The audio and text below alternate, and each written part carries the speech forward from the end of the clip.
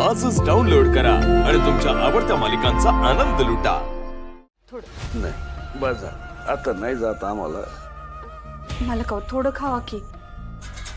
तुम्ही काय खाल्लंच नाही, पोटात अन्नच नाही गेलं तर ताकद कशी येणार सांगा बरं। आणि औषधाचा तरी परिणाम कसा होईल। आई एक मिनिट।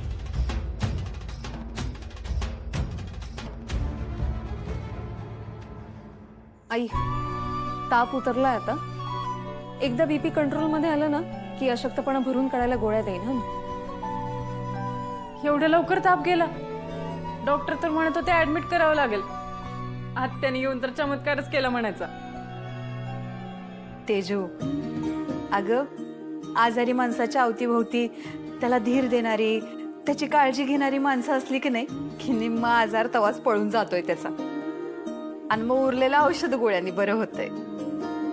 पण असं अचानक काय झालं होतं तुम्हाला डॅडी?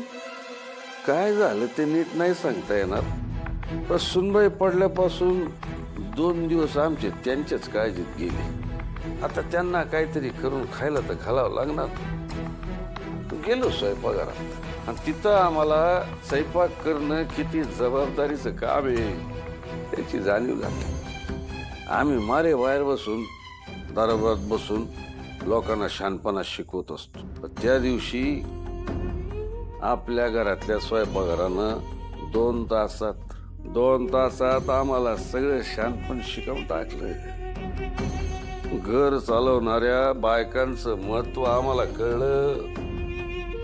आम्ही त्या दिवशी मोठ्या दिमागात तुम्हाला म्हणालो, यायचं तेव्हा या, नसल इच्छा तर नका येऊ।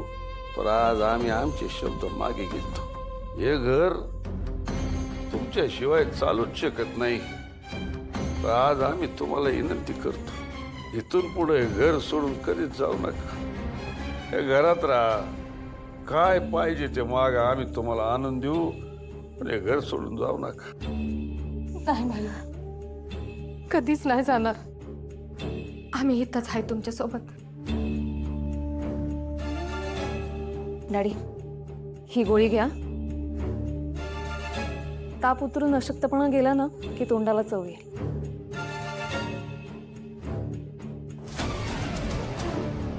आत्या त्यांना आराम करू दे, आपण बाहेर बसूया। चल चल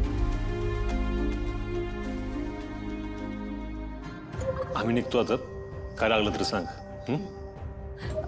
सूर्या, मगाशी जे काय बोलले ते काय फार मनाला लावून घेऊ नको हा। खरं तर आजचा दिवस तुझ्यामुळे दिसतोय। मालकांमध्ये जो काही बदल झालाय तो कधी स्वप्नात बी होईल असं वाटलं नव्हतं। तो बदल तू घडवून आणलायस। आई, कधी कधी ना एक महत्वाचं पाऊल उचलणं सुद्धा गरजेचं असतं। आता तुमच्यासाठी सूर्याने ते केलंय, पण इथून पुढे तुम्हाला स्वतःसाठी उभं राहावं लागेल ना। नाही अगं, इथून पुढे तशी कधी वेळ येईल असं बी नाही वाटत। येणारी वटपौर्णिमा लई खास असणार आहे। आयुष्यात पहिल्यांदा मनापासनं आणि आनंदानं वडाची पूजा करणार आहे मी। मला फक्त तुमच्या चेहऱ्यावरचा योज आनंद बघायचा होता आणि तो कायम राहावा एवढीच इच्छा आहे। तरी मी परत एकदा सांगतो, तुम्ही तिघी बी तुमच्या इच्छेने इथं आलाय।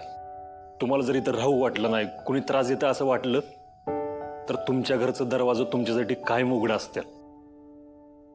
कधी बी यायचं, सूर्या तुमच्या पाठीशी कायम उभा अस। वय रे बाळा, तुझा आधार आहेच। पण तुला खरं सांगू का, मला नाही वाटत आता परत एकदा आम्हाला घरातनं बाहेर पडायची येळ येईल म्हणून। आता समजा चांगलं झालंय बघ। हो दादा, आता आम्ही आनंदी राहू। ठीक आहे, येतो आता आम्ही। तू येणार आहेस का? डॅडींपाशी थांबायचं तुला? अरे नाही, मी पण तुझ्या सोबत येते। तसंही डॅडींना आता बरं वाटतंय आणि रात्री पण एकदा चक्कर मारून जाईनच की मी। आपण निघूया। मी फक्त एकदा डॅडींना सांगून येते। आलेच।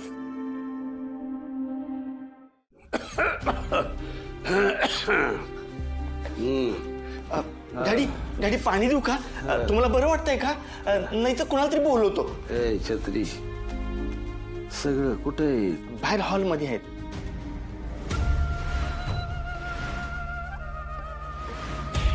अगं अगं अगं अगं अगं अगं अरे अरे अरे अरे अरे लय कटा आला पडून पडून अंग नुसतं आंबून गेले. आम्हाला वाटलं होतं सोपं असेल पण हे मारामारी करण्यापेक्षा आवड आहे. अहो काय बोलताय डॅडी तुम्ही?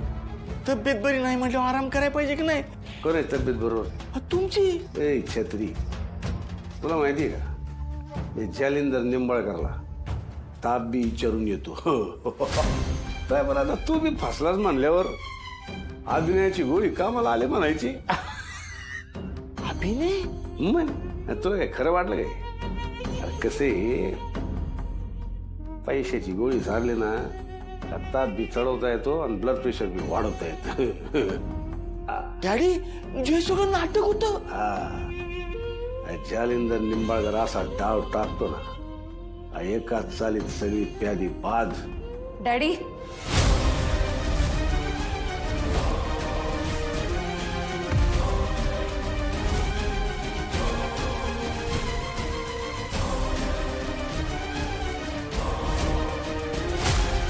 काय चाललंय हे सगळं? अहो आत्ता कुठे तुम्हाला बरं वाटत नाही तर लगेच उठून उभे राहिलात तुम्ही. नाही त्याचं काय पडून पडून पाय घायला आले ना म्हणून जरा उभे राहिल्यात. मी आहे की. हा डॅडी तुम्ही बोलत बसा, मी आहे बाहेर.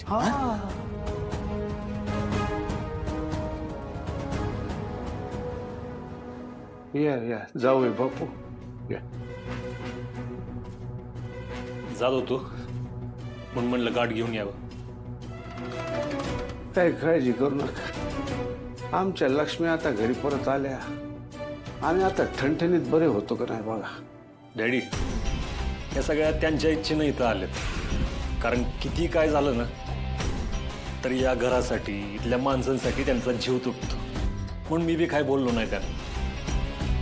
पण तुम्ही असं समजू नका की हे सगळं मी विसरून गेलोय. आता या घरात त्यांना परत त्रास होणार नाही याची आशा करतो. माझ्या आत्यांना आणि माझ्या बहिणीला आत्ता इथं सोडतो.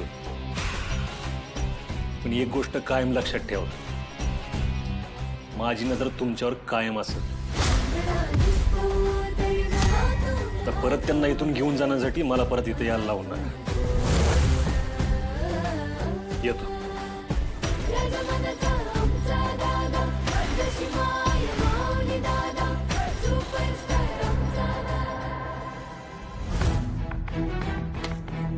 काय म्हणावं आता सूर्याला? एवढं सगळं होऊन तुमची दया नाही हो आली त्याला? अहो देव मानत होता तुम्हाला तो, पण आता फक्त एक सामान्य माणूस आहे तुम्ही त्याच्यासाठी. पण लवकरच तुम्हाला राक्षस म्हणायला कमी नाही करणार तो.